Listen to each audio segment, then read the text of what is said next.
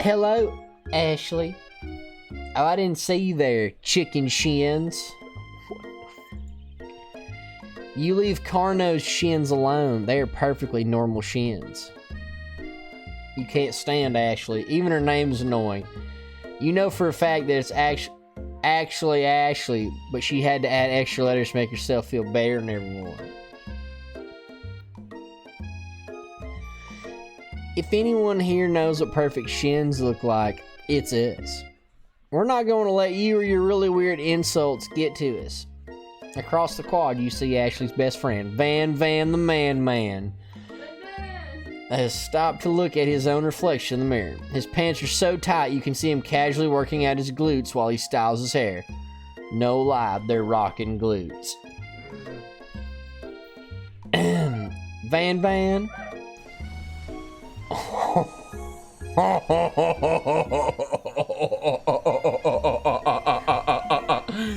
Yo, you rang. You've never been sure what their arrangement is, but as long as you've known them, Ashley and Van have been just as close as you and Miriam, but substantially more devious. I can't believe that University of Cooking School Academy for Learning would ever allow people like you to attend as students. I know, right? You'd think they'd just hand us our diplomas, or maybe hire us on as professors. You amateurs could learn a lot from us.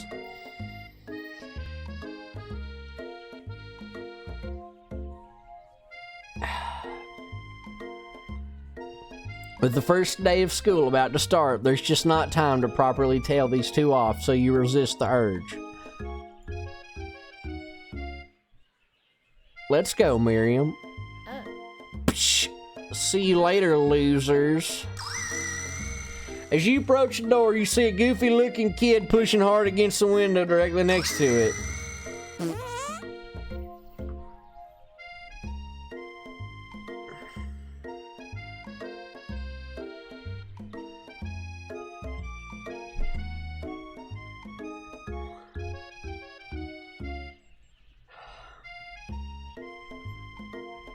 Bro, was that a fart? Oopsie. I think it's broken. You reach forward and easily pull the door open. That should do the trick. I love you. I think you mean thank you? My name's Pop. Oh, there's my Pop. He's old. Could someone like this also be a student at the school? He must be one heck of a chef. Also, his name tag clearly says Bob, but I guess he's reading it upside down. Hi, Pop. I'm Carno, so... Are you gonna make me hold this door all day? Oh! And with that, the young man walks in the building ahead of you. Is it just me, or is he kinda cute? What the fuck? I think it's just you. You both shrug your shoulders before following him into the building. You stand at the edge of the room unsure where to sit. Other students wander in and keep themselves busy chit-chatting. What the fuck, bro? This shit. What the fuck? This was very shit of a scene. What the fuck? A scrappy looking pooch takes his place at a podium at the front of the class. Adorable. Now, quiet down, everyone. Who is this unreasonably cute pup, and why is he in our culinary class? You must be Sprinkles, head instructor and CEO of UCSAL. Please, call me Professor Dog. I may be cute and little and fluffy, but I still demand respect. Woof. What? A cute dog is our professor? This is the best school ever. I guess only a dog's nose is capable of picking up all the nuances of fine dining. Out of nowhere, wind begins to rush around you as a swirl of cherry blossom fills the air inside the classroom. I'm chilly. Someone close the window. And then he walks in.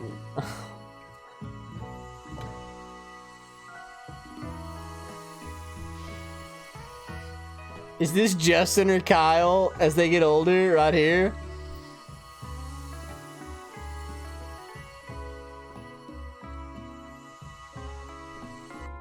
You're immediately swept up in the aura of this new student, his remarkable goatee. Who knew anyone could be so handsome? Time stands still. It's him, If it isn't my favorite student, Harlan. Colonel Sanders interrupts Sprinkle. Sorry, Professor Dog, before he can finish his sentence. Please. Call me Colonel. Colonel Sanders. A hushed murmur rolls through the classroom as Colonel Sanders walks down the aisle of desks. Suddenly, the room is sweltering. Sweat begins to bead across your brow. You feel like everyone's looking at you, and you're not entirely wrong. And this over here must be Sweaty Sweatsalot. Maybe we should open that window back up before Faucet Pits melts into a puddle and evaporates entirely. Hold on just a second. Nobody talks to my friend like that. You two both know my name. We were in the same kindergarten class. And what is with y'all with all your really weird insults? Besides, when Colonel Sweat's not gross, it's beautiful. Look at that shimmer.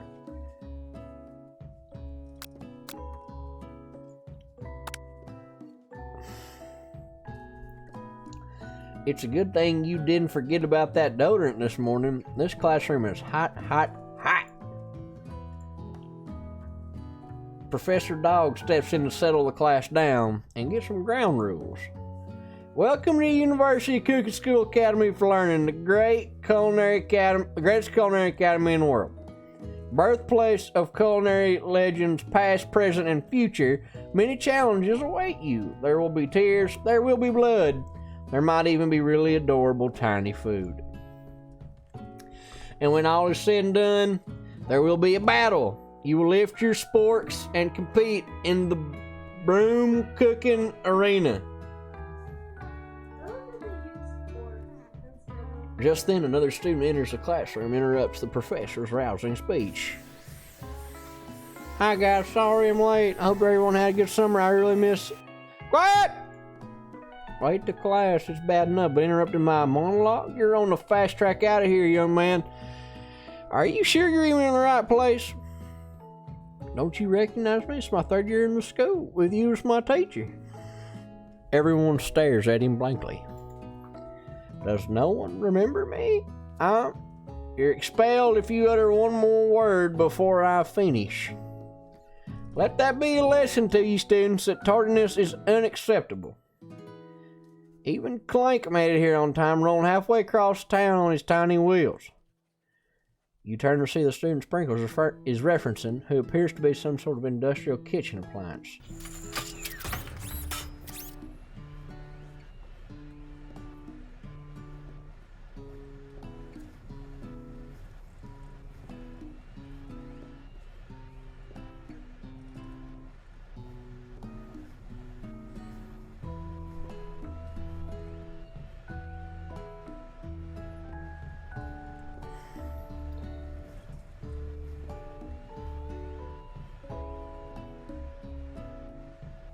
Yeah, you fucking see what it says. The class bursts into laughter. Oh, Clank, you rascal. Sprinkles walks in the classroom as everyone stands in silent obedience. When he gets to you, he lifts his nose into the air and takes a deep sniff. Your diet is lacking. Based on what I'm picking up, you definitely need a multivitamin. You should be taking better care of yourself. You've never had a talking dog as a teacher, but Sprinkle's reputation for being smart but tough is well known. You decide to try and butter him up by giving him a treat, but what kind?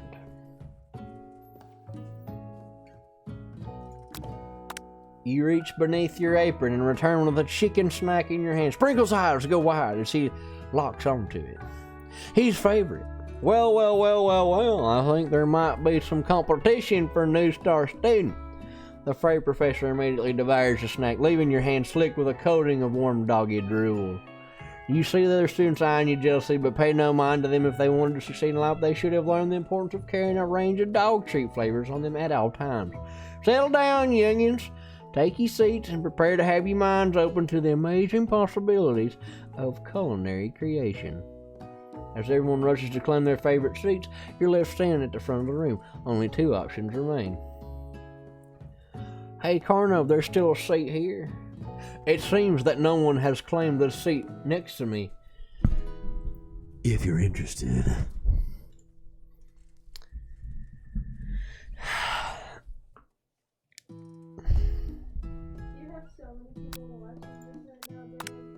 You move to take your seat by Miriam. I'm so glad to have you near me to support me through this class. Of course, you're my best friend. Who else would I sit by? Colonel Sanders, he has such a magnetic personality, and there's a seat open right next to him. If you had sat there, you might have gotten to know him a little better. I'd never sacrifice our friendship. Besides, I'm sure I'll get a chance to talk to him later in the semester. I've got 3 whole days. That's like a lifetime. So you say, but now that Miriam mentions it, that colonel is just so darn dreamy. As soon as you settle into your seat, the professor makes an announcement. Think fast. It's time for a pop quiz. A quiz about me. This incredibly important and surprisingly short quiz will tell me if you are ready for life at culinary school. Keep your knife sharp and your focus sharper. Here comes question number 1. If train A is traveling point B and train B is traveling point A, how important is it to wash your hands before cooking? I was a bit of a class clown in the day, boys. Extremely. That's right. Forest is to tree as chicken is to...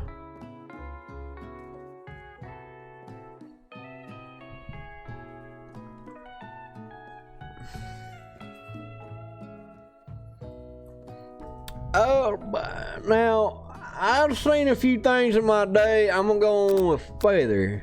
That's right. What is the most efficient eating utensil ever created? A sport, by God. You eat that with the best fine china out there. That's called Dixie paper plates, boys. That's right. There you go. What food is best for a broken heart? Anything as long as it's prepared with love, not too much salt. Camel meat. A pancake that looks like a silly face. Anything, as long as it's prepared with love. Is Sprinkles a good boy? He's a talking dog that teaches at a food school. He's the best boy. Exactly, there you go. Your total score is 5 out of 5, Bubba. Perfect score right here.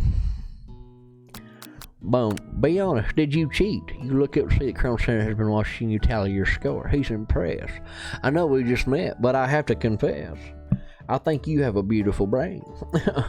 Hot diggity, Carno, you just scored some major Colonel Sanders points with that performance. May I have your attention? I have an important announcement to make. Time for lunch. Wow, the cafeteria is as nice as any restaurant you've ever eaten at. It makes sense that a school dedicated to cooking would also be serious about eating. A delicious fragrance wafts through the room and tickles the end of your nose. Your mouth waters. Do you smell that?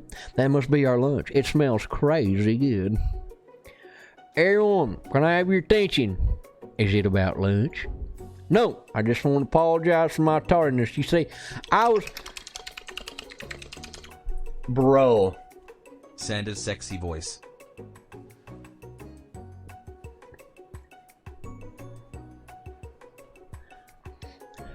Howdy, folks. I'd like to make an announcement. Hey, It's about lunch. Everyone cheers. But shh! Lunch! She said, shush. In honor of the new semester, I've prepared something special to share with everyone for lunch. That must be the smell I smell. Indeed, that smell. You hold your breath, waiting to see what food this mysterious student has created. You've heard that he's very talented, but were the rumors true? Is this? Colonel Sanders lifts a large bucket above his head. Its contents glimmer in the light. piled high are huge pieces of chicken breaded and fried to a crispy golden finish. The aroma envelops you and you begin to feel warm and safe. Colonel Sanders has filled a bucket with chicken. What a novel concept. Your stomach begins to grumble as if to say, stop thinking and start eating. For years, I've been developing a secret recipe for the perfect fried chicken. By my calculation, nothing less than 11 herbs and spices are required to achieve the perfect balance of flavor. You look around and notice that every other student has a pen and paper and is scribbling notes as fast as they can. But that's all I'll say about that. What, you think we want your stupid secret recipe, dude? Psst. No, dude, no. I'm just drafting the last will and testament in case that one of those ingredients is a poison. Got him. He looks around nervously to see if anyone else is laughing at his sick burn.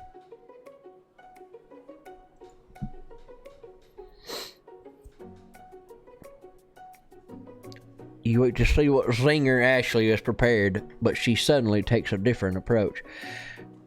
Yeah, and I was just like, diary, dear diary, today I smelled something beautiful, and I knew at that moment that on the hands of two gentlemen could fry chicken so tender. You see her body language change from bitter and evil to sweet and innocent as she slides closer to Colonel Sanders. She realizes that he is destined for greatness and fame with cooking skills like this. She wants him all to herself. Oh, please. Well then, the man, if you don't want any... I'll take his. Whoa, hold on. I mean, I guess I'll try it. He takes one bite and his eyes grow wide. He starts contorting his face as he tries to hold in his pure exhilaration and act unimpressed. Easy now, there's enough for everyone, please. My fellow classmates, dig in. You take one of the pieces of fried chicken out of this bucket and sink your teeth into it. It's amazing. Tasting Colonel Sanders' food transports you to another dimension. Alone with your taste buds gripping a drumstick in your hand, you float weightlessly.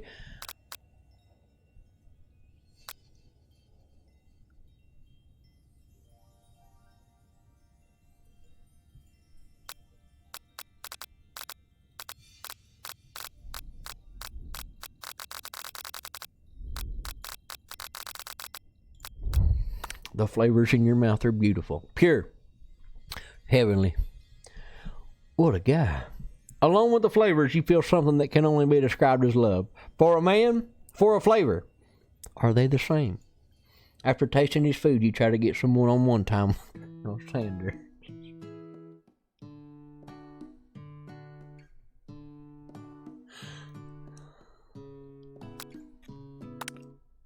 Colonel Sanders smiles ever so softly as you approach. He stops what he's doing and allows you to break the silence.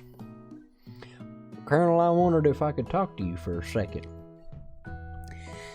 Anything for a fellow chef. What exactly was on that chicken?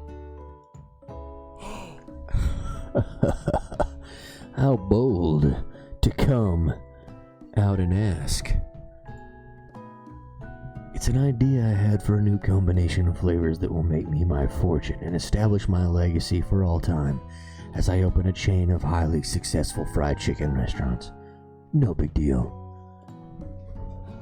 It's just you and me here talking. I can keep a secret. In fact, I've got some of my own I'd be willing to trade. What's the rush? The semester is only getting started. We've got 2 more whole days to get to know each other. He's clearly not going to give it up easily, but it doesn't hurt to be persistent. You're leaving?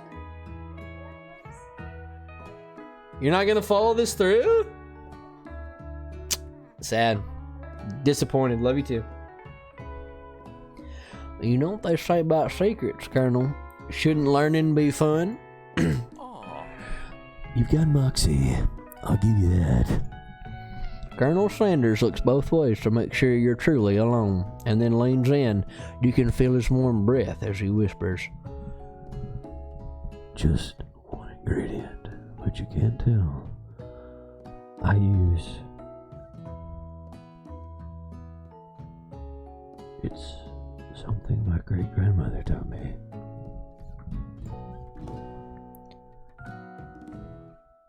Wow, you'd never have guessed that. In fact, you're not even sure where you'd get some if you searched. While you're wrapped up in that huge revelation, you notice that Colonel Sanders has disappeared while everyone else is still in the cafeteria. You decide to look for him. You find Colonel Sanders outside standing in the quad. Oh, it's you again. Howdy. Sometimes I like to come outside and look at the school buildings. I think about how my story will continue after I've graduated. It sounds like you have big plans. I dare say the biggest. I will leave my mark on this world. You can bet on that.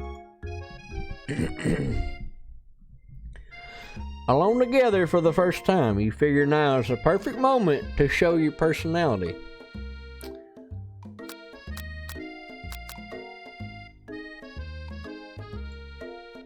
Well, I just want to tell you that I really enjoyed your food.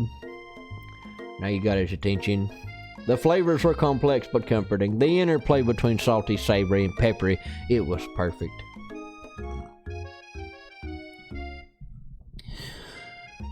I appreciate the compliment, Carnell. I'm sure you'll be a big success. I know we've only met today, but I'm starting to get the same feeling about you. We should head back inside. The next lesson starts soon. You step into the massive cooking arena where the afternoon lesson will take place. Each student gets an oven and all the tools and ingredients they could need. Look at this place. It's magnificent. Finally, we get to show our stuff. Wait a second. We have to show our stuff? What if I blow it? You're not going to blow anything, except maybe kisses to the crowd of fans you're going to earn with your signature adorable tiny food creations. Welcome, students, to the cooking arena. For today's lesson, we'll be cooking with partners. Hurry up and pair off. Naturally, Miriam looks at you, but unable to control yourself, you pounce on Colonel Sanders. Hey, Colonel, would you like to tackle this lesson as a team? A team of two? That is, me and you, if that wasn't clear. Want to be my partner? Sure, Carnell. I'll prepare our station.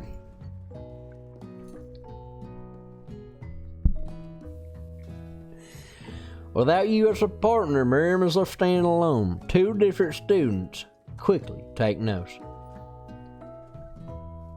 Hello, new partner.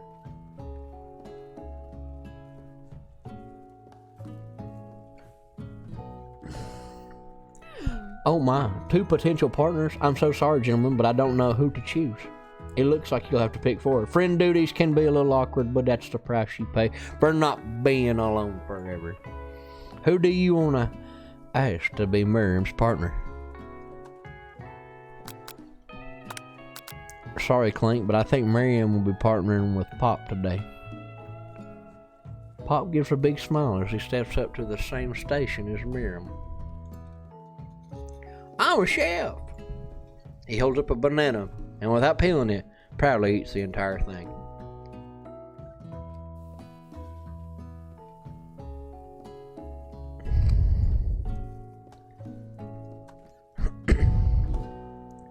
It's disconcerting, but Miriam is too kind to act grossed out. I love your enthusiasm, Pop. She looks at you like, really, this kid? But it's too late to change your choice now. Now it's time to focus on your own cooking classwork. Alright, you two, for today's lesson, we're going to keep it simple. Pick a basic dish and divide up the steps. No chef is an island. It takes two flints to make a fire. You get the idea. Which dish do you suggest to your partner, Colonel Sanders?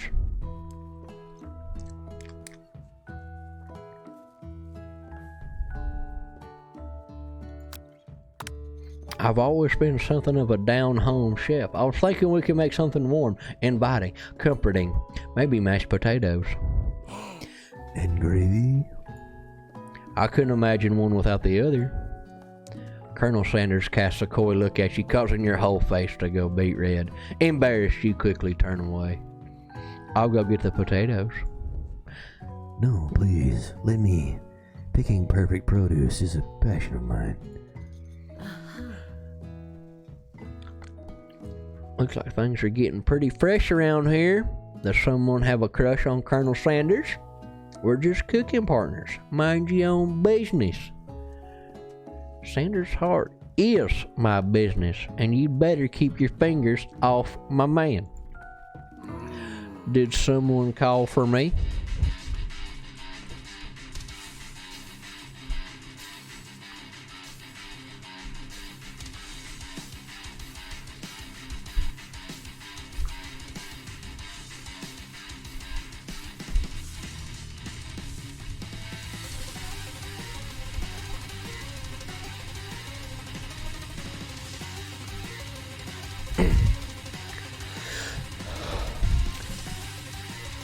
No. Geez, Van. While I'm over here crushing Carno's dreams, you're supposed to be taking care of our classwork.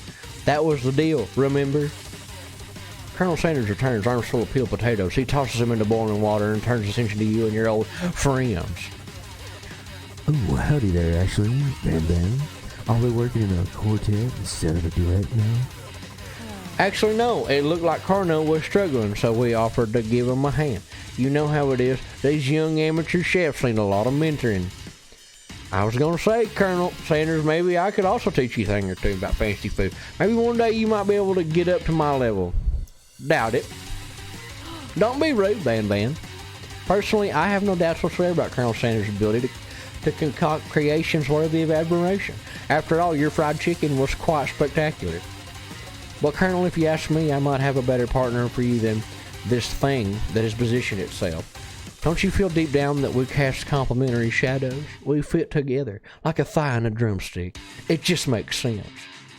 Nothing about this makes any sense, but one thing is clear, she's coming for Colonel if you don't watch out.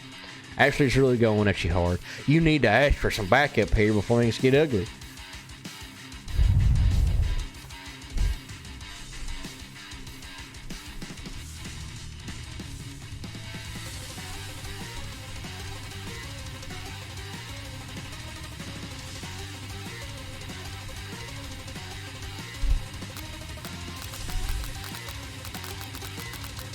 I'm here to learn and to express myself via my cuisine, not bicker with prima donnas. Partners were chosen at the beginning of class, so let's all respect the format, okay? You turn to Colonel Sanders to confirm that you're on the same page. I chose Colonel Sanders, and Colonel Sanders chose me. Ain't that right? A businessman respects all fair agreements, from contracts to handshakes. I took on Carno as my partner for this activity, and I stand by it. Based on your team's behavior, I'd say you're perfect for each other. Neither of you has Carno's natural talent or their loyalty. Being defended by Colonel Sanders leaves you feeling proud and full of potential. You look for Sprinkles in hopes that he might step in, but he's nowhere to be found. Darn these cute corgis and their short but sturdy stature. You look down at your station and you realize in the tension of the moment, your hands have been cooking on autopilot. Distracted by the drama, you've already crushed the boiled potatoes into a perfectly creamy mashed texture with plenty of butter and cream for flavor. It's as if your natural passion guided you through those steps you know so well while your attention was elsewhere. I know just what to do. Colonel Sanders extends his hand. He's holding a beautiful white porcelain gravy boat, out of which pours a smooth brown gravy, smothering your nearly finished potatoes. Gravy flows down the mound of mashed taters. The results look spectacular. Granny would be proud. Colonel Sanders holds a spork up to you. You reach out and grab hold of it, but he doesn't immediately let go. The two of you stand holding the same spork, and for that small moment, all of the madness and pressure in this crazy world stops. Your eyes lock. The moment is electric. Time stands still. If you love something, set it free. Together you dig the utensil under the mashed taters and lift a heaping sporkful up. When you see Ashley with a sinister look, you know she's plotting against you to be with Colonel Sanders. And then, filled with rage and without thinking, you fling the sporkful of mashed taters right into Ashley's stupid, beautiful face. Van, do something, do something. Scooping up a fingerful, Ban tastes the dripping mashed potatoes and gravy knows that it's delicious. Horrified by this revelation, he slinks away. Will he ever be able to cook something with so much love and integrity? Hold on right there, Colonel. We do not waste food in the broom cooking arena. Colonel Sanders, I expect better from you. If you throw one more spoonful, you both be prepared to eat it from wherever it lands. Can I have potatoes, face? Van rushes back over, a covered dish in his hand. Mashed potatoes with gravy? Pathetic. In just a few minutes, I've prepared a full meal. Gaze upon my specialty. Braised tentacle of octopus in my silky saltwater sauce. Plated on a battle axe blade forged by my supreme chef ancestors. You've ignored me for too long. That ends now. It is I who will have first bite, and you will all look on with envy. The interrupting student rushes at Van and swipes a bite off his signature dish right off a plate. No, don't! Something about this dish doesn't strike my nose, Carter. I think the octopus was rushed and may have turned in the process. The results could be toxic. Too late? It has been eaten. I think I left something in the oven. I don't feel so good. It killed him. Everyone step back. Don't take another bite. When you look back at the plate, the rest of it is gone. You notice the tip of the tentacle being slurped up in Pop's mouth. Pop winces in pain for just a moment, then is almost immediately back to his oblivious self. Oopsie. Tastes like poison. The entire class has gathered to watch Pop's final moment. Shock has frozen the whole crowd. They are as motionless as statues. The class bell rings, disrupting the moment and snapping everyone back to reality. It would appear that Pop's enthusiasm for trying new things despite obvious danger has inoculated him against poisons of all kinds. I'm not sure the professors here make enough money. Hello? I just turned into a ghost over here. Seeing that you're shaken up by that really annoying student and all his nonsense, Colonel Sanders approaches you. I'm sorry you had to go through that. Please, let me walk you home. What?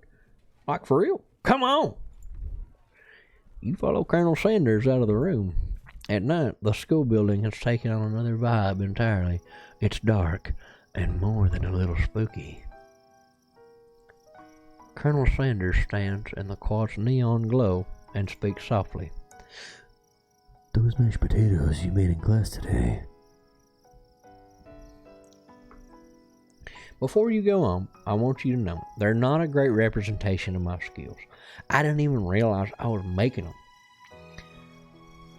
They were amazing. Tasting them, it reminded me why I became so passionate about food to begin with. Colonel Sanders is getting choked up. Cooking is obviously important to him in a way that you find inspiring. Now might be the perfect time to tell him you're developing feelings for him. Colonel Sanders. Yes, Garneau. There's something I need to tell you. Hold it right there. There's something I need to tell you first. Oh, jeez. You see, when I was just a boy, I had a dream that one day I'd be the greatest chef the world has ever seen. And every day since, I've been working toward that dream. Day and night, never stopping, never resting. Also lifting a lot of weights, like so many weights. We should follow our dreams with all of our hearts, that our souls may grant them, like wishes floating on a shooting star. Hey, no, shut up. I'm on here trying to say inspirational stuff. Made start a story. Are we forgetting that your cooking literally killed a dude? You can't prove that? I also saw you kill a guy. What was his name? Somewhere in the distance, you hear a long, sad sigh. Forget him. We're talking about me. I'm a hero. The sport monster is here to fight a hero. I think I left the fridge door open. Later, nerds. How dare you... How dare you threaten me just as I was letting down my guard and connecting with another chef on an emotional level? Be afraid. Be very afraid of me because I'm a monster. See? Is he rhyming on purpose or is that just a coincidence? But before you can discuss syntax any further, it's a turn-based fight sequence. What will you do? You decide to go on the attack. Which attack will you use? Cook with Love does 1 damage. It just got real. That attack really upset Sport Monster. Sport Monster goes on the attack. They spit hot gravy at you. You take a damage. You decide to go on the attack. It worked last time, right? Cook with Love does 1 damage. Sport Monster won't forget this. Really feeling threatened by your attack. Focuses their mashed mind and draws an energy from Mother Earth itself. They grow larger and more intimidating. How will you respond? You decide to go on the attack. Which attack will you use? Cook with Love does 1 damage. At this rate, the semester will probably be over before this fight is. Sport Monster is no quitter. Buffed up and ready to rumble. They go on the attack once again. Sport Monster uses Utilitensile. You take 2 damage. If you take much more damage, you're not going to survive the battle.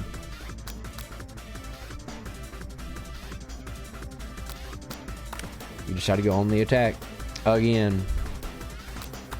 Cook with Love does 1 damage. Sport Monster's oozing cheese sauce on along the quad. I wonder who's going to have to clean that up. Feeling vulnerable, Sport Monster prefers his ultimate attack. Rounded Edge. Vile villain, your reign of terror stops here. Colonel Sanders summons the energy of 1,000 chickens. Pot pie power pinch. Pot by Fire Pinch does 10 damage. Sport Monster is defeated. You saved me. An injured Sport Monster spews steam into the night. You manage to tamp down your disgust at the sight of this gnarly beast long enough to realize that he's still a living creature with a pure soul who deserves your pity, not your wrath. Be gone, beast, and do not dare come back for a follow-up encounter tomorrow. I won't forget this, and I certainly won't be back. Like you said, the Sport Monster scrolls off into the night. The defeated monster left behind a special item. It appears at first to be a cookbook, but upon closer inspection, it's so much more. It's a book of magic spells with a golden chicken on the cover. You open the book and find a library card tucked inside. The last name to have signed it is Borko. Borko. The name sounds strangely familiar. Your blood is pumping as you stand in the quiet of the night, holding the mysterious book in your hand. As you come down from your battle buzz, you realize that your final attack has left you completely depleted. The world around you begins to fade away. Without any energy to keep your eyes open, darkness overtakes you. The image of Colonel Sanders flashes before your eyes as you fall asleep. He must have helped you get home in your tired state. You don't know if you could have made it without him. What a guy.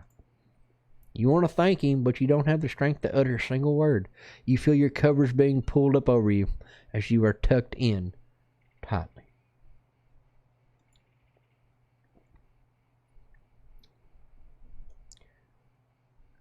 Good night, my Colonel.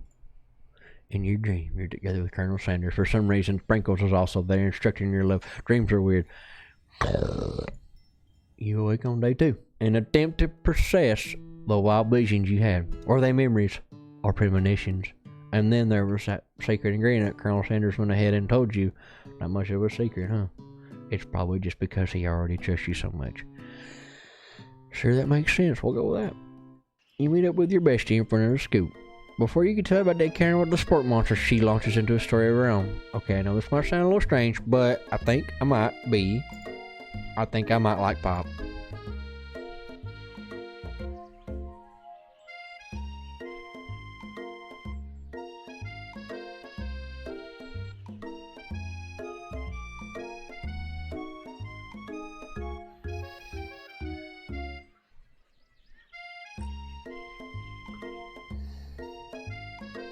Like him? I know it sounds like it's moving too fast, but there's something about him. I like him. Like him. We got to talking after class. He's actually a total sweet guy. Not only that, but he's really smart. He told me all kinds of stories about Colonel Sanders. You know that Colonel Sanders enlisted in the Army when he was only 3?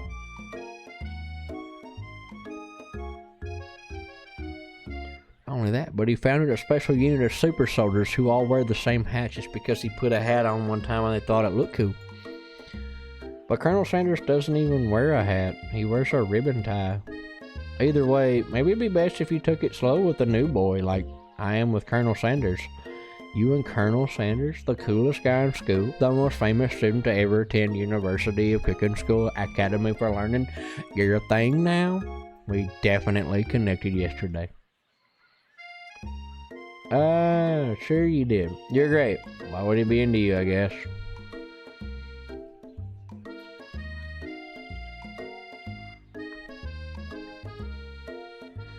Laughing at the implication that you and Colonel Sanders might be a thing is definitely not cool. You are great. You have an idea about how to prove that your love is real. Well, if he's not into me, why did he tell me one of his secret ingredients? Your bestie's eyes light up. A secret ingredient?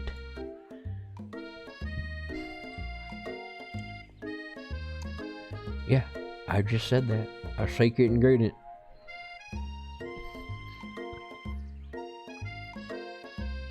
Is there a dramatic echo in here?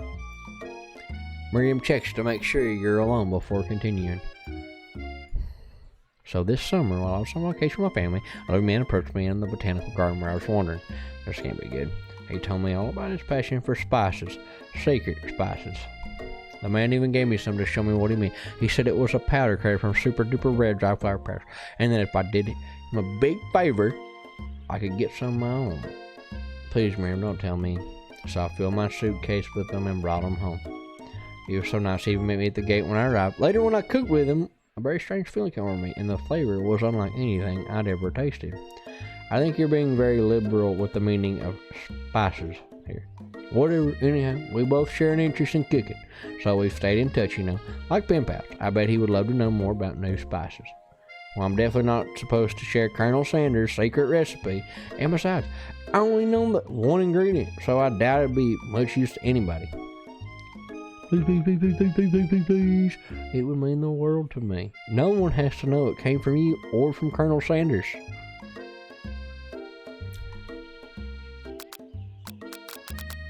I don't like either of these options.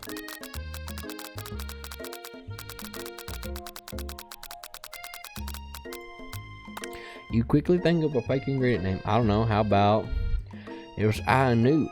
I know it sounds like some kind of witch potion, but what can you do? I knew. Wow.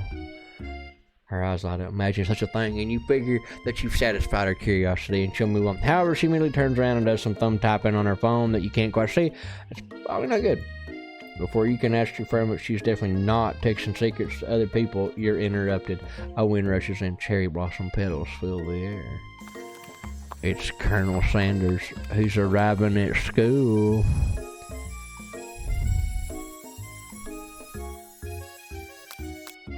Colonel Sanders' horse is truly a thing of beauty.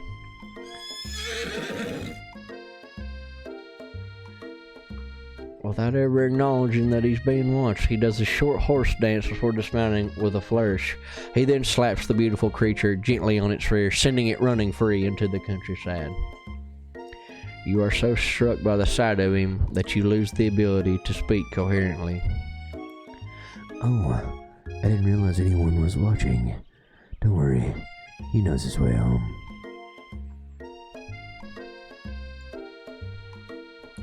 You attempt to compliment Colonel Sanders, but the words don't come out exactly right. What a horseful beaut, horse beaut, said. Being good friend Miriam attempts to cover for you. Oh, Colonel just gets real nervous around people they like. What? That's just not helping. I mean, they got food poisoning and were up all night. It was gruesome. You should have seen it. She gives you a wink and a smile as if to say, situation handled. Can't blame a girl for trying. And with that, Colonel Sanders disappears from school, leaving you and Miriam to follow. When you enter the classroom, you can see your two rivals, Ashley and Van Van, are doing something really bad. By the way, they're hiding. You know it must be really bad. Like counterfeiting recipes bad. Experimenting with restricted ingredients bad. Summoning a demon bad. You try and get a peek over Van Van's hulking shoulder, but he sees you coming.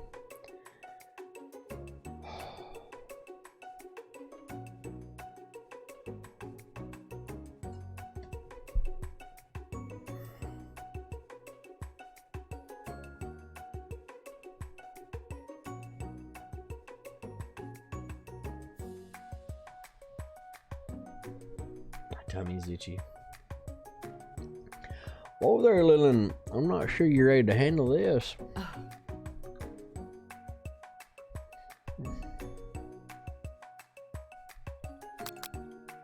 You immediately dress the rivals down for their immature behavior. Culinary school is to be respected. This kind of nonsense is a waste of everyone's time. Now you upset them. Oh, and you're the emperor of cooking, are you? You make the rules? I'm not sure you know a good meal if it ain't you. Being the best chef in the world takes more than just culinary skills. It takes creativity. It takes panache. And it doesn't hurt to use a little evil. You finally get a look at what they're hiding, and you usually recognize it. It's a book just like the one you found in your camera, that sport monster.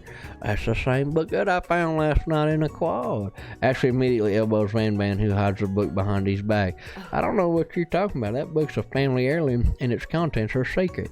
You notice that they haven't just been saying the book.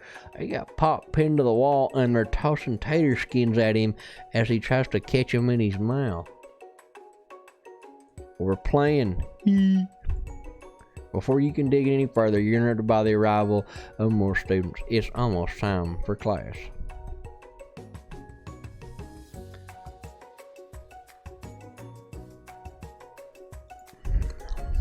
Clank must be running late. He's in such a hurry that he rolls right over Van Van's meaty foot. Hey, watch it, you bucket of bolts. Watch how you talk to him. He didn't do nothing. Womp.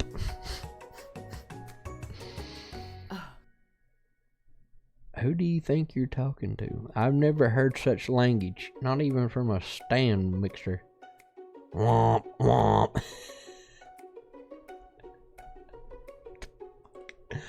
No, your mother was a stand mixer.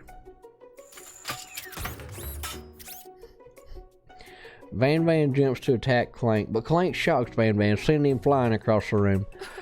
Protect me, Colonel Sanders. These crazed men are about to come to blows. I think it must be over me. But I'm not interested in either of them. Ashley's tone has completely changed in an instant. She bats her eyelashes at Colonel Sanders. Surely he must know that this is a ruse. Right? Gentlemen, get a hold of yourselves. Save it for the arena at least. Or don't.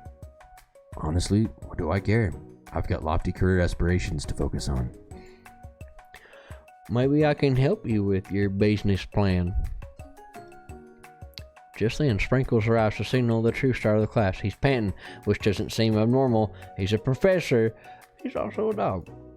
Students, please take your seats. I apologize for my late arrival. I spent the morning chasing the car all around town, and my tiny legs are very, very tired. But I'm here, and I hope you're ready to learn. Rub his furry dog belly. He loves it. After he catches Sprinkles, he gains control of the classroom. Without further ado, we'll review the global history of my favorite fowl, the chicken balls. You want to pay attention to the lesson? Truly, you do. Which is around 1776 at the sign of the Declaration of Independence. It was a chicken who first signed their name.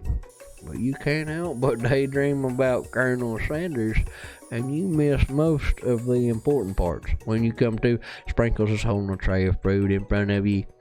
Well, Corno, naturally this appears to you to be a sample platter. Which item do you want to sample?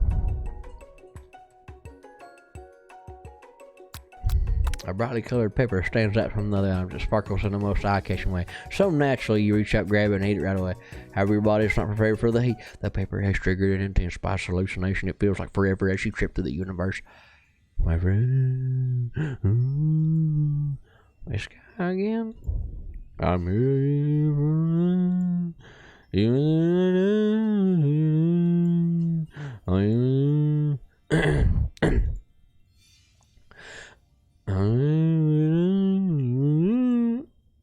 Yeah. Sorry, I think I got some spice stuck in my throat.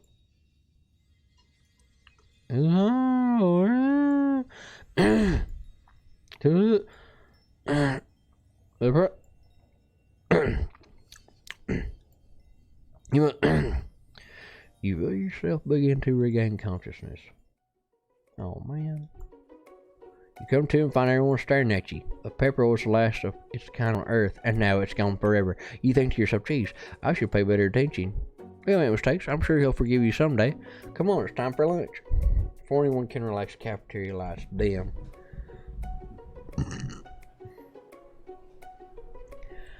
And your rivals enter to make a dramatic announcement.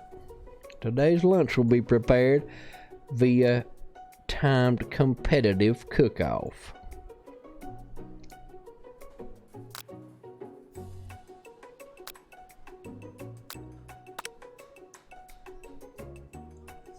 Is everything a competition with you two? Yes. Yes. Well, not with me. I'm on a personal journey to learn to live. To learn to live? Sure, why not? But definitely not to constantly battle.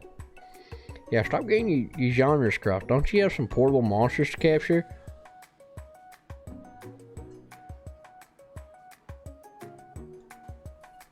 I need to eat if I'm going to have the energy to sustain my education and pursue my dreams of being a master chef. How are any of us supposed to get anywhere if we're constantly fending off challenges from every know-it-all with an apron? Besides, I already brought my own lunch. Corno, you should have it. It will give you the energy you need to succeed. Miriam reaches out and presents you a gift. My special grilled cheese and tomato soup with chocolate milk to wash it down, and a tartlet for dessert. It only takes about 5 seconds to eat Miriam's tiny food, but it's just what you needed. You know what? I've learned enough for today. Let's battle. Just as things reach a boiling point, Sprinkle steps in. Surely he'll put a stop to this. Now. Please settle down. This is a lunchroom, not a sportsing court. Finally, a little sense. You breathe a sigh of relief. At least not until we turn on the timer.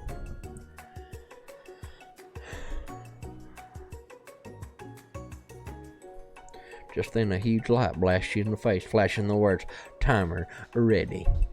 That's what I'm talking about. I stand corrected. If it's a battle you want to battle, you'll get my bestie can best of 'em. Best believe it. Like a diamond, I was formed under pressure, and now it's my chance to shine. I will defeat you myself. You had his chicken and you made mashed taters and gravy on day one, and you're feeling like you can really impress him here. It's time to boil some water. Think fast. If the timer runs down, you'll be forced to pick randomly.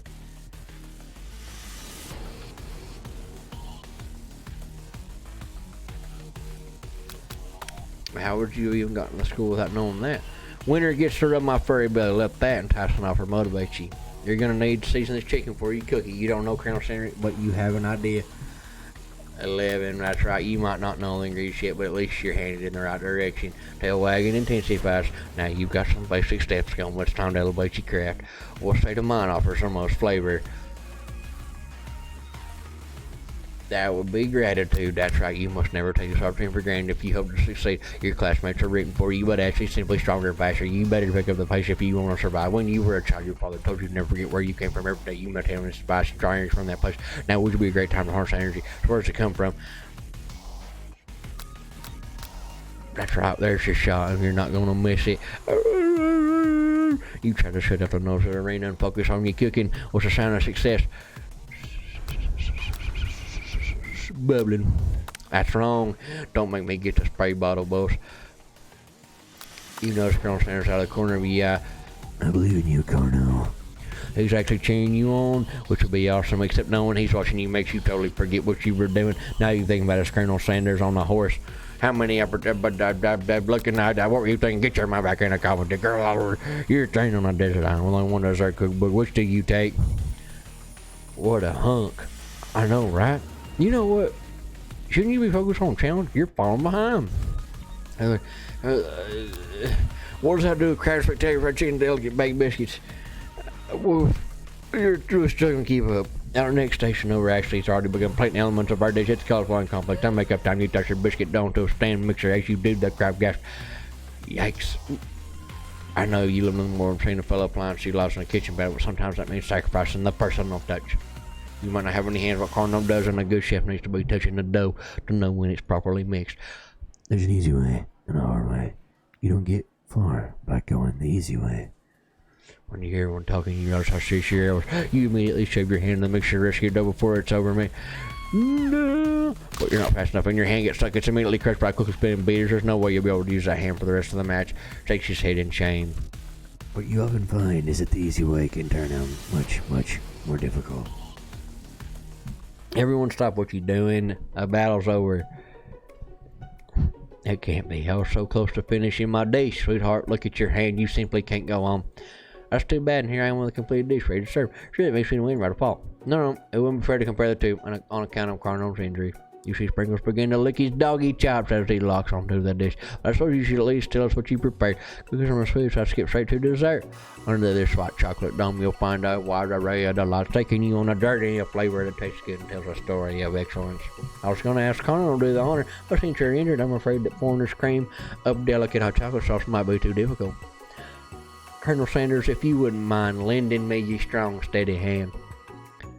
Colonel Sanders pours the hot chocolate sauce on top of the dome, causing it to melt away, revealing the ingredients hidden within.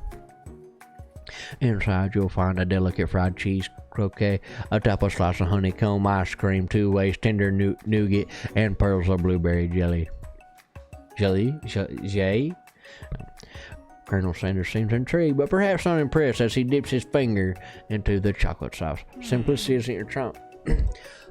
Simplicity isn't your strong suit, is it, Ashley? Oh, yeah. Hey. Let's play circuit. As he places the sauce, covered fingertips, Ashley leans over and with something to his ear, a drop of sauce sticks to his mustache. Your rage burns so intensely within your eyes, they burst into flames. The flames cause your eyeballs to catch fire and turn to ash, and they fall off your face, which means people have a hard time understanding your emotion for the rest of the semester, perhaps forever. Embarrassed and ashamed by your poor performance, not to mention your crispy fried brow, you run for the quad. The beautiful weather feels like an insult inside of you. A storm rages. It's Colonel Sanders. He's probably here to tell you that he and Ashley are in love and decided to get married, and he won't even ask you to cater to him because you're a terrible chef and an awful person. You try to hide, but he approaches you directly. I know you're hurting. Not just from the devastating loss, but from that run-in with the mixer and small fire. We should get that checked out. I'm fine. Can't you just leave me alone? I'm a loser. I'm not fit to fill your fire. I'll never be a master chef. Failure is a part of life, not just for you, but for all of us. Do you think I've never failed at anything before? That's exactly what I think. Well, then think again. I wasn't always the man you see before you. Enrolled in culinary school. Incredibly handsome, successful, motivated. Well, handsome, sure. I was born that way. But I've walked other paths and arrived at dead ends. I was passionate about life, but I failed as an obstetrician. I was passionate about justice, but I failed as a lawyer. I was passionate about livestock, but I haven't failed as a mule handler. That one was especially humiliating. Mules can be so cruel. I didn't know. People see my delicate ribbon tie and my well-kept beard and assume that I've got it all together, which is true, but it hasn't always been. Sound like this guy could really use a hug. I resolved then that I was going to amount to something. No amount of hours, labor, or money would deter me from giving the best I had to give. As Colonel Sanders changes focus, you can see something ignite inside of him, a burning passion. One has to remember that every failure can be a stepping stone to something better. My new dream is pure. It's honest. It's something that a humble man in a crisp white suit can be proud of. I will create a new chain of chicken restaurants that will bring joy to the entire world and make up for my past misdeeds. Just as your moment grows intimate, you're interrupted by a threatening, shadowy presence. Battle scars from the night before, you prepare for the worst.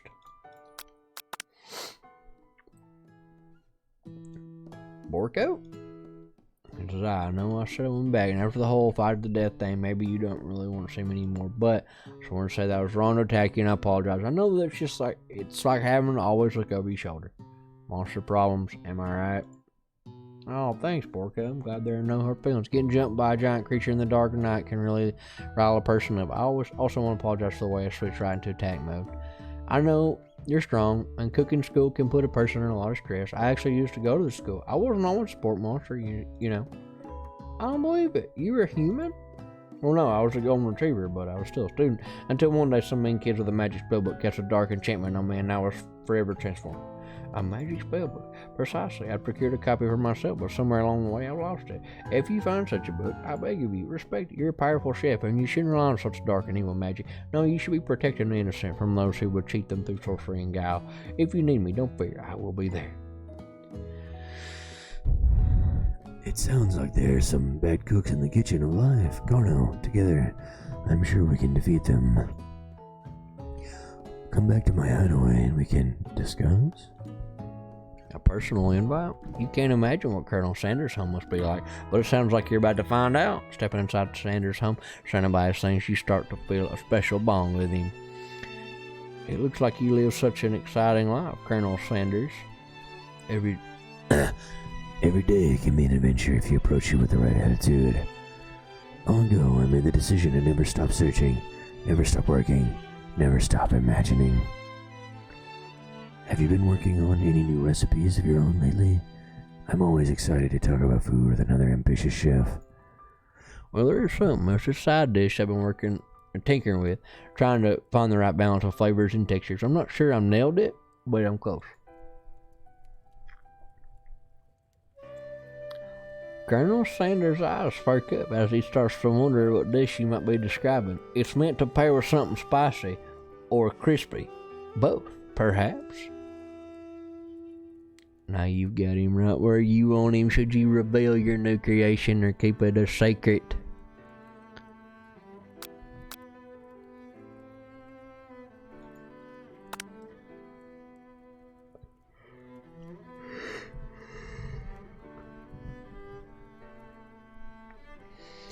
You decide that you're as ready as you'll ever be to share your original cooking. Before you can talk yourself out of it, you decide to dive in head first. You reach into your lunch bag for a special dish that you've been keeping on ice all day. I present to you my original coleslaw. The shredded cabbage dish glistens in the light of Colonel Sanders' looks hideaway. Magnificent. Together you chow down on a creamy slice.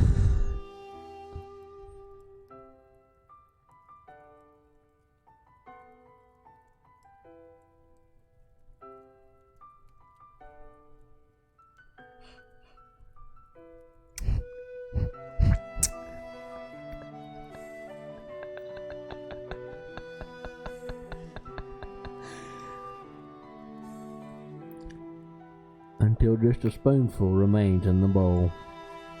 Do you mind if I hold on to the last bite? I'd like to have it around so that I can admire its taste later and think back on this moment.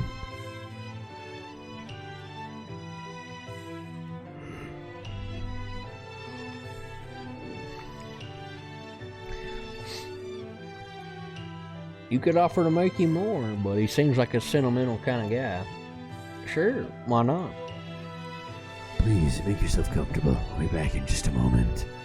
You realize that now would be the perfect time to do some snooping. Around the room are various items that you can look closer at. Each item seems to radiate memories and emotions. Tap on 9 to discover more about the Colonel. An adorable little baby boy crawls across the floor. From the goatee and mustache combo he sports, you figure this must be Colonel Sanders himself. Or that, or maybe it's a drumstick that he seems to be waving like a rattle. Who frames a baby picture just themselves? Probably the same type of person who would make their own face the logo of the company they founded. Am I right?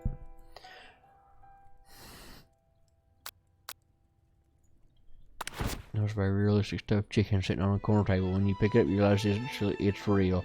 Taxidermy must have been important to Colonel Sanders when it was alive.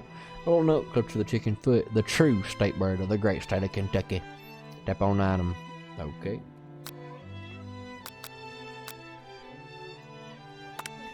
A lock of silver hair swollen through the teeth of the comb. Upon further inspection, you realize that the hair therein isn't just silvery, it's actually made of spun silver.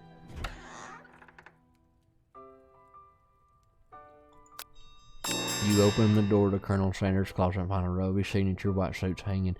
You take one off its hanger and try it on. The jacket's a bit big for you, but it's soft and comfortable. You give yourself a deep hug, breathing in his scent. You say that home is where the heart is. Is this what they meant?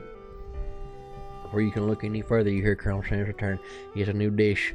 Bert, I don't even want you to taste it. You try to catch this while you're wearing his jacket. I don't usually loan those out, but I must say it does look good on you. Oh crap, the jacket.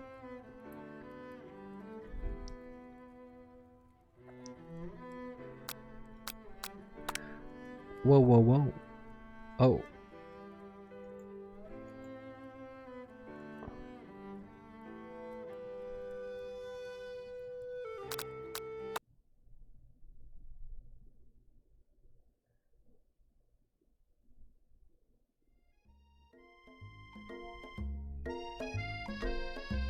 What?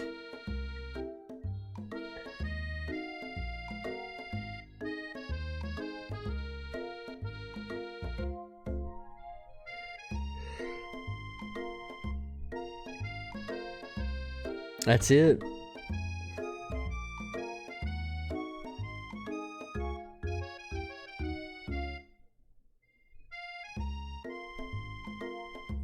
That's it.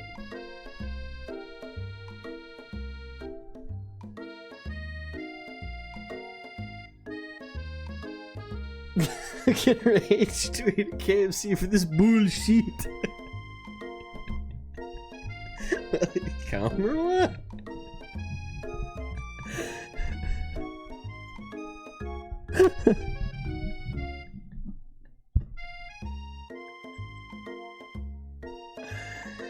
Oh god.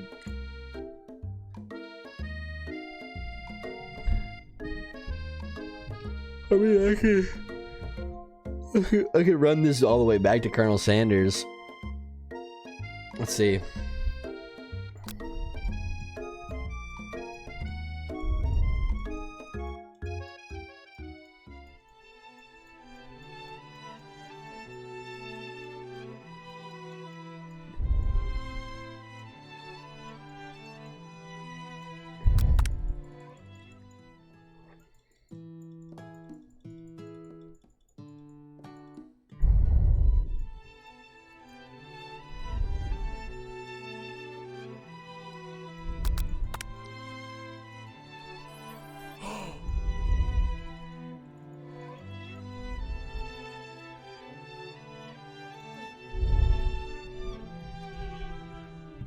Okay, let's go back to the candle.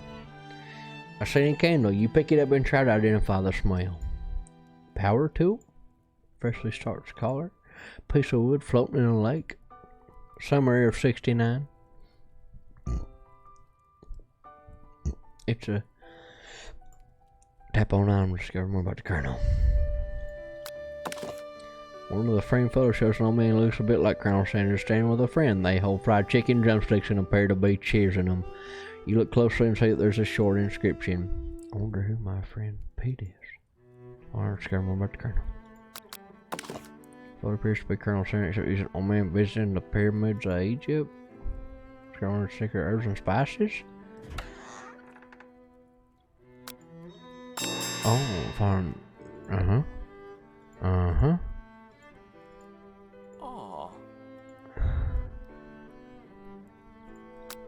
You confess. I think I've developed feelings for you. I might be developing feelings for you. I might be developing feelings for you too, but I'm concerned. I can't let anything get in the way of my dreams. Overwhelmed, you take off a jacket and run for the door, but the thought of leaving Colonel in the midst of such an emotional breakthrough gives you pause. You stop yourself. Colonel? Yes, Colonel. I honestly think this may be the beginning of something wonderful. I think you're right. We should take things slow. You talk late into the night and drift off into a slumber. You awake to a beautiful morning in Colonel Sanders' hideaway. Did you make the right decision on how to respond to Colonel Sanders? Only time will truly tell. Today is a day that could change the rest of your life. You think about the new secret ingredient. And some jurisdiction isn't even legal. But if the recipe is a secret, how will they know? Your thoughts are interrupted when Colonel Sanders emerges. He's holding a gorgeously plated breakfast and your mouth waters at the sight of it. Here's a simple breakfast I just whipped up. It's meticulous. You taste Colonel Sanders' food, and it takes you on a journey. When you return, he's waiting to ask you an important question. So, would you say that we're the perfect match? How presumptuous. My cuisine and your taste buds. That is. Such confidence, such grace. Could he be the world's greatest gift of cookery? You know, I think we might make a great team. A single tear begins to pull in the corner of his eyes as he gazes out the window. And with the right business partner, I know I can't fail. Business partner? Could he be talking to you? It's all happening so quickly. Overcome with emotion and confused by your feelings, you're on the verge of tears, unable to speak. The only answer you can find is to run out the door and get home. There's still one more day of school. The University of Cooking School Academy for Learning awaits for no one. You get home to find your best friend is there waiting for you. Where have you been? Because I had one heck of a night. I've been desperate to talk to you about it, but I couldn't find you. I got worried something happened to you. It's okay, but now that it turns out you're fine, I can finally get a sleep on Saga Miriam. You will not believe what happened to me after school yesterday. I went on a date. I think I can believe that. Since I'd been partnered up with Pop, he asked me to go out with him. Of course, I told him, you better harness those wild horses, young man. I'm not that kind of girl, but he was just interested in spending some one-on-one time together and get to know me. So I said, yeah, sure, I can get to know a little feller. Long story short, he took me to his favorite shush house, but things quickly spiraled out of control. Shush house? I said, that's the thing people say? What is that even referring to? Now I'm not really sure where we stand. You don't give Miriam time to tell her story. However, bottling up the details of your own night is just too much to bear. And I want to take too. Back to Colonel Sanders' house where I spend the night with him.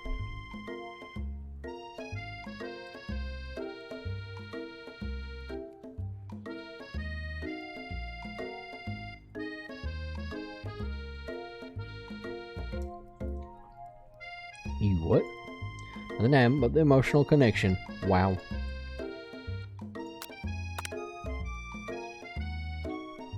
Together with your bestie, you can do anything. When you arrive at school, you encounter your rivals in the quad. You can tell from a distance they're picking on Pop. Oh, he himself might not quite grasp that fact, because you know he's Pop. It's a swirly. It sounds delicious. Oh, it's great. I'll order you up one right away. I'll have my swirly with sprinkles, please. Sprinkles is dog and a treat. You can get your swirly dip, too. Why don't you pick on someone your own size? Because I'm literally the biggest person at this school. There's that horse that Colonel Sanders rides to school, but who would dare pick on such a gentle and beautiful creature? You got some nerve, Carno, suggesting I pick on a defenseless horse. Now you're twisting my words, and I won't have it. You clench your fist, but the injury from yesterday's mixture actually makes you wince with pain. Doesn't look like you can go on cooking like that. Also, just give up. I'll never give up. Ever.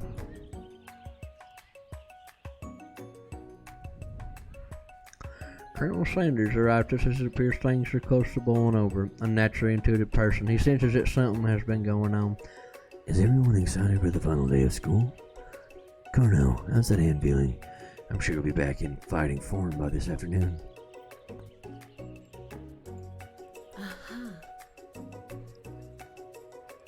Aren't you concerned about my hands, Colonel? Yesterday I almost broke a nail, winning so hard. Technically, I don't believe a winner was decided, but your presentation was quite impressive. What is he doing complimenting her? But what about the flavor of my delicate, warm, gooey chocolate sauce? Well, it's clear that you're passionate about how your food is received. That's a lot of words to say it was bland. Excuse me, Carno, I am more than capable enough to speak for myself. Maybe you could tell me more of your thoughts as we walk into class, Colonel. I'm always interested in discussing the fine art of fine foods. See you inside, Carno. I know about Colonel Sanders' ability to see Ashley from more who she really is. You across the squad to get some distance. In an attempt to distract yourself from how slighted you feel by the interaction with Ashley, you take out the spell book you recovered yesterday and start flipping through the pages. Oh, what's that book? It looks like bad news. It's just something I found lying around. It would appear to be some sort of grimoire, but I don't believe magic stuff.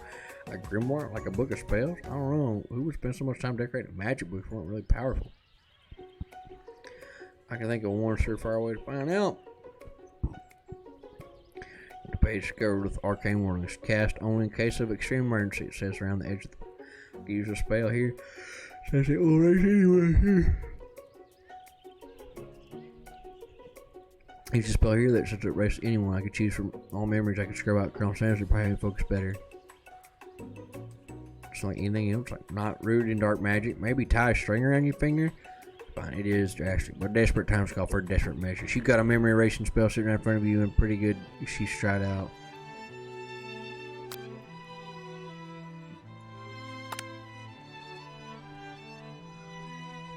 You take your friend's advice and put the book away. It's almost time for it. Sprinkle's already in the room, waiting for his students to arrive. He clears his voice to make a quick announcement.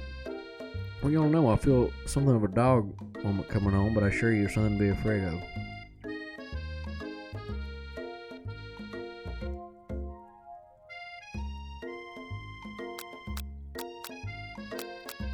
You reach into your backpack and grab some homework from last semester that you forgot to turn in.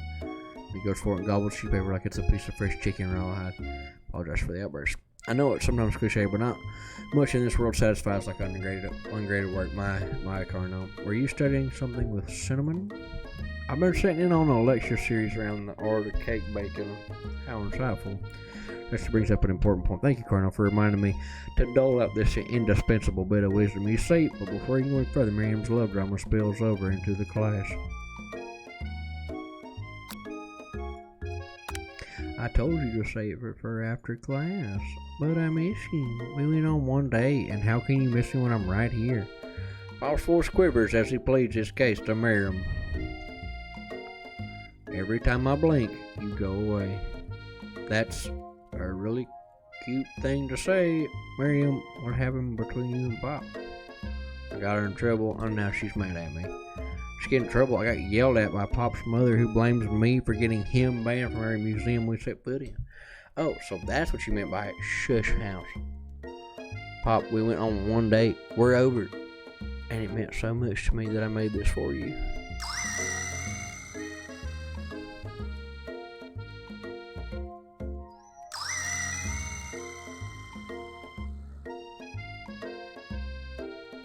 Nothing like a loud public breakup to catch the Paul over the final day of school. Well, that was unfortunate, but we mustn't be distracted from what lies ahead. The final competition showdown challenge exam trademark. I'm still working on the title, but I think you get it. Test time approaches. See you on the arena. There's a very beautiful soul nearby in need of a pep talk. Hey Miriam, are you okay? Okay. I'm so mad I could smash a tiny mug, spilling several droplets of hot cocoa all over the floor. How could he embarrass me in class like that, in front of everyone? Her tiny cocoa is a delicious treasure, so you know that this breakup is no joke, even if the source of her frustration is such a silly boy. I know that you know this, but I'm going to say it out loud. You don't need anyone. Me and you, we're going to cruise through this final test and hit the carpool lane to Success City. Miriam brightens up. Imagine the wind rushing through her short bangs, but she hesitates to embrace the feeling all the way. You're not going to saddle up on...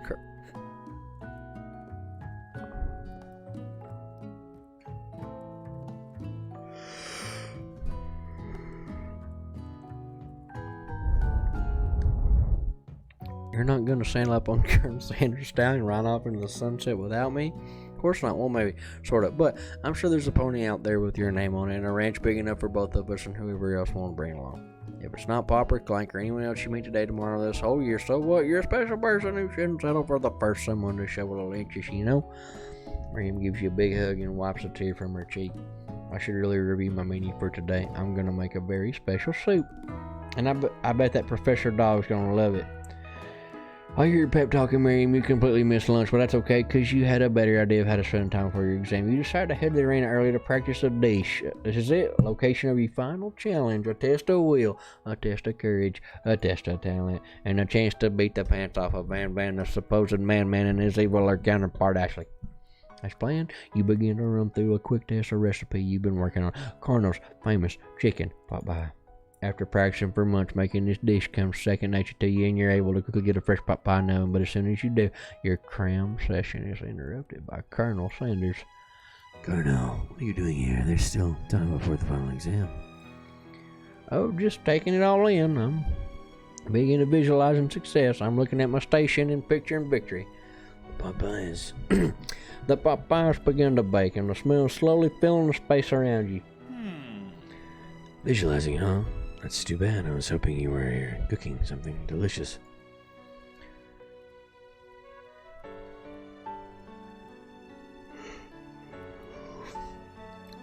You'd usually happily share your food with anyone who's hungry, but the last time you let Colonel Sanders get in your head, it cost you a cook-off. You decide it's time to put your cooking above your romantic desires, but that decision gets hard to stick to when the timer goes off.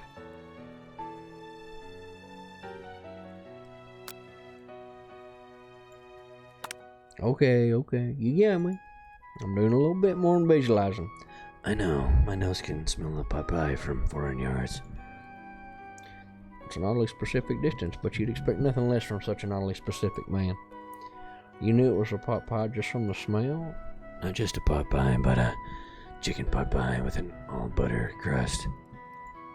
And my nose is telling me something else. Oh no, is it burning? No, I can smell that it was made with a heaping helping of TLC. But it'll probably start burning any second if you don't pull it out. The moment of truth. Wow. It's the best Popeye I've ever tasted. I've always loved country cooking, and I could eat this all day. There's no time left. The final showdown is about to begin. Sprinkles lays down the ground rules. There are no rules, that's it. Except to cook with everything you got. You step up for the cook-off of a lifetime. You decide the mac and cheese plus the Popeye you've been practicing are just the dishes that you'll push to the edge of victory. Meanwhile, both Bam Bam and Ashley are preparing wildly elaborate dishes per their usual over-the-top selves. Miriam has her giant magnifying glass and several sets of tweezers. She's definitely prepared to go big, going small. Colonel Sanders seems to be harnessing his 11 herbs and spices, but he's trying to find a way to improve on some perfect. His original recipe registered fried chicken. The intensity in the room starts at a full 10 out of 10 with a frenzy of action. Everyone's calling out really cool special cooking moves as they prepare their food. Wow, this is getting serious. Colonel Sanders batters his chicken as it levitates through the air. Wash. Miriam furiously injects ingredients into an itty-bitty pot of broth. Best friend Baster Blaster. Van Van flexes his pectorals as he chops open a sea urchin. Let's rock and roll. Ashley scoops her pastries off the tray with lightning speed. Shallow personality spatula. Even Clank gets in on it.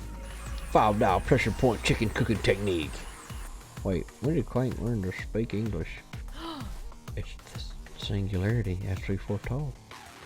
They mustn't let having their pawn surprisingly will take us off. Man quickly unplugs Clank and rolls him out the back door. As she friendly prepare your dish, she knows Ashley has her spell book out. She's going to use some dark magic to turn the tide. You've got a book of your own and you're desperate not to see her win another battle. Should you take the opportunity to fight magic with magic and magic do it the hard way. Bo was sputtering forlorn, give her hell. Who needs magic when you got passion? I'm going to do it the hard way, boys. Colonel Sanders says that you're choosing to win on your own terms, and then gives you a subtle wink from across the room. I believe in you, Colonel. Miriam notices too. And I've always believed in you, Colonel, since we were little kids, because I'm your best friend forever. You turn on some Miriam is at your station cheering for you. Miriam, what about your dish? If you're here cheering, who's cooking? Dining food short cook time. Actually already done, so I thought I'd help you. Oh, that's sweet, but Miriam tosses a handful of spice directly into your boiling noodles. It's a secret ingredient. However, she doesn't know that you lied an ingredient was made up, and where in the world did she get it? Nah, I knew from. That boiling pot explodes, sending Miriam flying backwards. The watery noodle begins to swirl in air, bubbling up into a dark cloud, thick and congealed before your very eyes. It's a hi, Steve, a sport monster. Steve, wait, what in the Borco? You're not in battle, are you? Sport monsters are many. I think Borco had they all, but you have conquered Steve, and I hate to battle, so I'd say you're doing pretty alright. Oh, hey, you're in the middle of a cooking competition, all this stuff. It's better than TV, you crazy kids in your corner. Your skills really impress me fine if I hang out. I'm sorry, Steve, but I'm kind of in the middle of something. Do you mind? Steve also notices that you've got the grimoire stacked beneath your cooking station. I see what you're up to. Crisscross some magic items and actually send me, huh? Yeah, I guess sort of, if you're here, you mind tossing some fresh noodles in a pot of salty water bowl. I'd love to. I've always wanted to be a top chef, actually. You know, when I was just a little sport pup back in the old country, you can feel sport once in a while up until a very long and involved story. You don't know exactly where they came from, but it seems like it's probably lonely there. Actually, you know what? Maybe you should just watch from the stands. I really need to focus on this competition. I understand. It's kind of like that time in monster school that I'd fallen asleep during tactics class, and when I woke up, you toss a serious stare at Steve, and he takes a hint. Never mind, I'll tell you later. Good luck. Having suffered this huge setback, you don't know how you could ever win. I can do this. I have what it takes. I came here to win. Your hair turns mac and cheese orange. That's culinary energy flows through your body.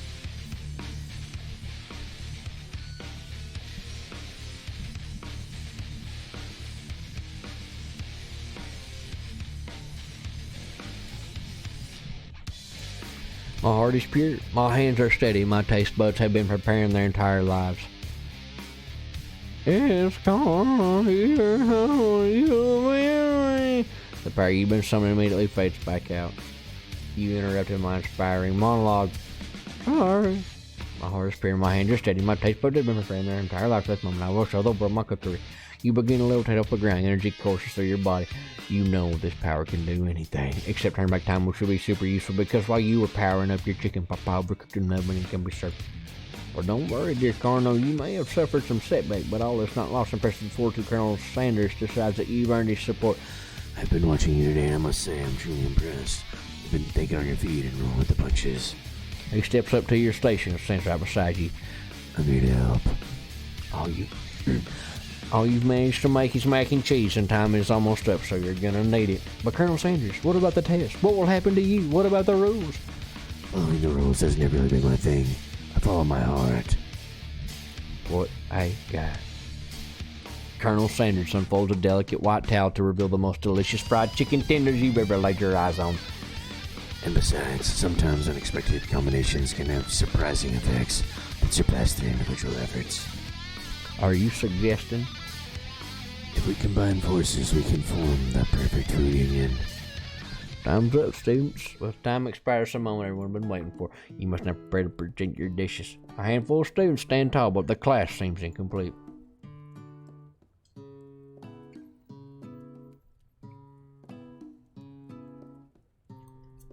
It seems we're missing some students. Pop, clank. First off screen, you hear a pure and innocent giggle that can only come from one student. I'm flying. Sounds like it's coming from that broom closet. Bream, would you mind? Inside the closet, you see Pop hanging on a broom hook by the elastic of his underpants. Pop, get down from there, by God. Let me guess. Did Van have something to do with this? Or someone asked for a wedgie? Who am I to refuse? I thought a wedgie was a salad. It looks like Pop is eliminated from the challenge. See how he didn't cook anything. I can't feel my legs. You kids and your pranks. I'm gonna say it's not the worst prank in UCSAL history, but it's not exactly yearbook material. What a second prank, right? Clank, where did that pressure cooker roll? It's your signature word beep, whether onomatopoeia, but there's none. So you must have gotten unplugged, I guess. We'll have to figure that out later. At least 4 remaining. Please collect your final projects. Yes, it's been a long semester. Wow, 3 whole days long. But after days of hard work, the time has come for me to eat. Miriam, please step forward. Now describe your dish I made. Tender udon noodles in a savory soup. My word, it's so delicate. Is that a teeny tiny Narutomaki?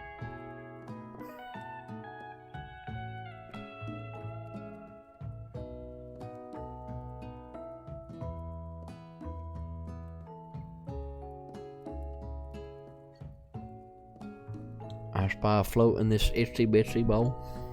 Yes, Chef. Please call me Sprinkles. Chef is my father's name.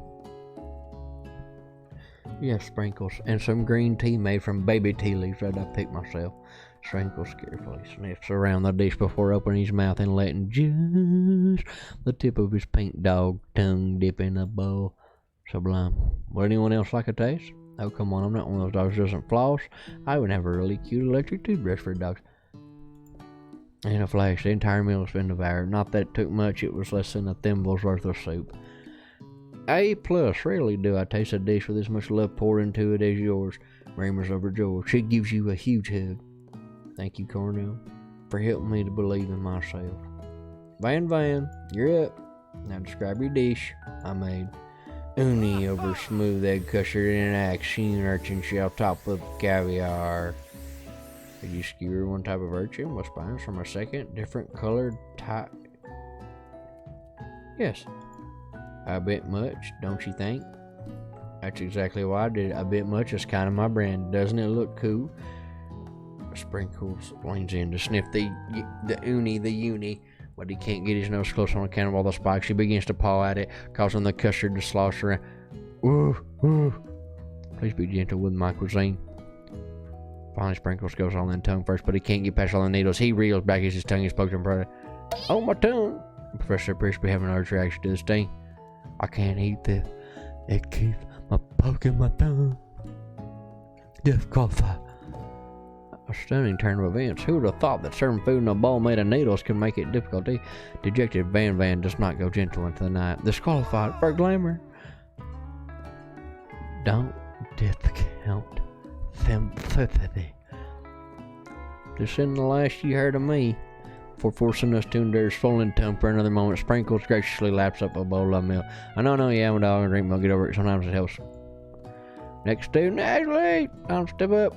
Now describe your dish. I made orange blossom turkey still light in a light rose water syrup, topped with French meringue, and connected by sugar glaze. That actually doesn't sound too bad. Indeed, it's quite delightful. However, I'd ask that you please refrain from eating it or attempt to taste it anyway. It's very fragile and meant to be a display piece. Don't eat the food at a cooking school? Got toast in your ears or something, Carno? I told you it's a display. Actually, I'm going to say it is beautiful. However, this is a cooking competition at a cooking school. Yeah, which is why I cooked it and did an extremely good job cooking it too. I didn't realize that we were having an eating exam. If I want to be judged on eating, I'd go to college of eating school for the hungry. I suppose you could smell it if you absolutely insisted, but don't breathe too hard. You might disrupt the sugar spiral. If the food can't be eaten, it can't be judged. You are disqualified. Rage overtakes Ashley, and she finally cannot keep her two-faced routine. You wouldn't know high-end cuisine if it cooked you. And with that, Ashley storms off to rededicate herself to being the best, but this time without being shackled by trying to be fake nice and liked by everyone. This isn't the last you've heard of me either. If this class gets much smaller, I'll be teaching myself. You and Colonel Sanders, the final cook, step up together. Two chefs.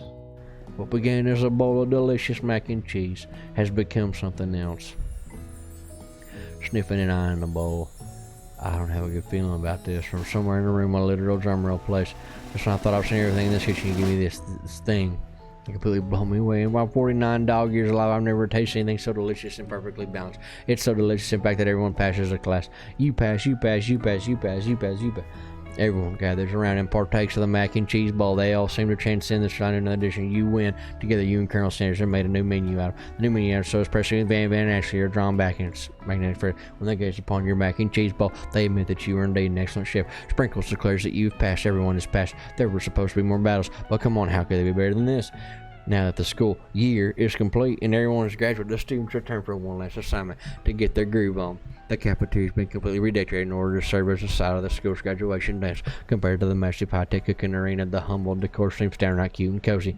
DJ Dog and Hios. You knew that Sprinkles was a master chef, but also a world-renowned turntables. Who says you can't teach an old dog new tricks? Van and Ashley tell everyone that they've committed themselves to righting the wrongs they did while they were villains.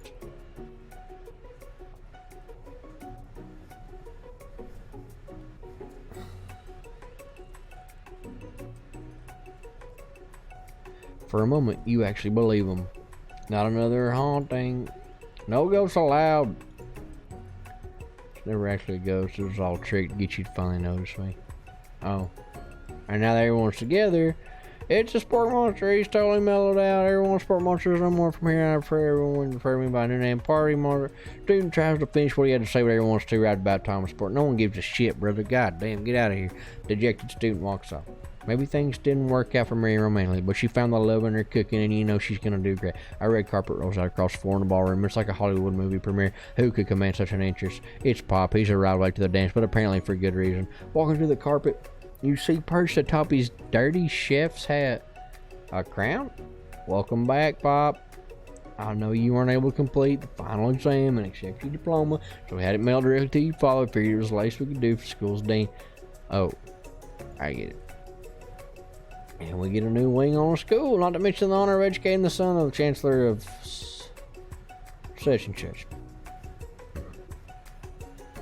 Miriam, will you be my lady king? What an incredible turn of events, and offer to join the royal family. It's like a dream come true. You're good to be a princess or maybe even a queen. I'm not sure if he even knows, but either way, crowns and gowns, baby. Sorry, Pop, but I'm not interested. Not now, at least. I've got so much to do.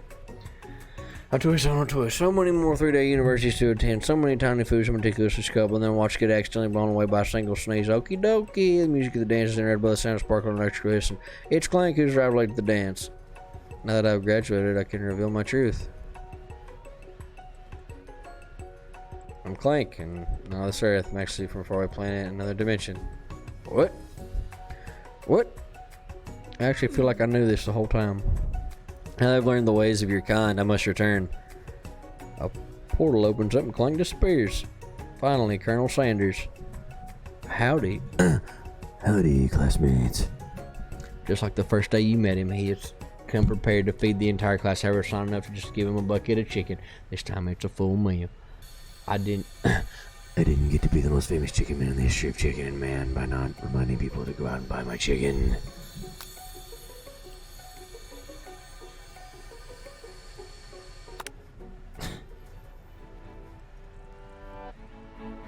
No, it's not the end. The ceremony piece of delicious finds you sitting at the top of the dance floor. Carnell, what are you doing sitting all alone? Oh, you know, just waiting for the right person to ask me to dance. I wonder, might you tell me what are the qualities that would you expect to find such a lucky person? Off the top of my head, I don't know. Spicy musk, a tidy goatee, and a degree from the University of Cooking School Academy for learning, just to name a few. It truly is my lucky day. Would you dance? Yes, I'd love to. As you glide across the dance floor, hand in hand with Colonel Sanders, the future stretches out in front of you. And once my 100th franchise is up and running, I'll be ready to take a day off. And I'll be so glad to spend it together with you. How sweet. We'll work together and play together. Colonel Sanders stops dead in his tracks. Work together? Well, I think this is something I'll just need to do all myself. But who will help you run your restaurants? I don't believe I need help. Besides, based on your time at school here, do you really think running a restaurant is the best path forward?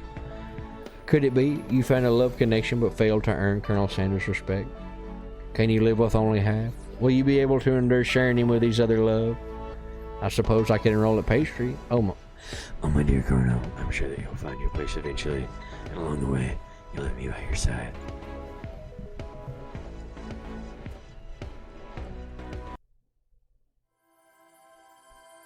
We did it.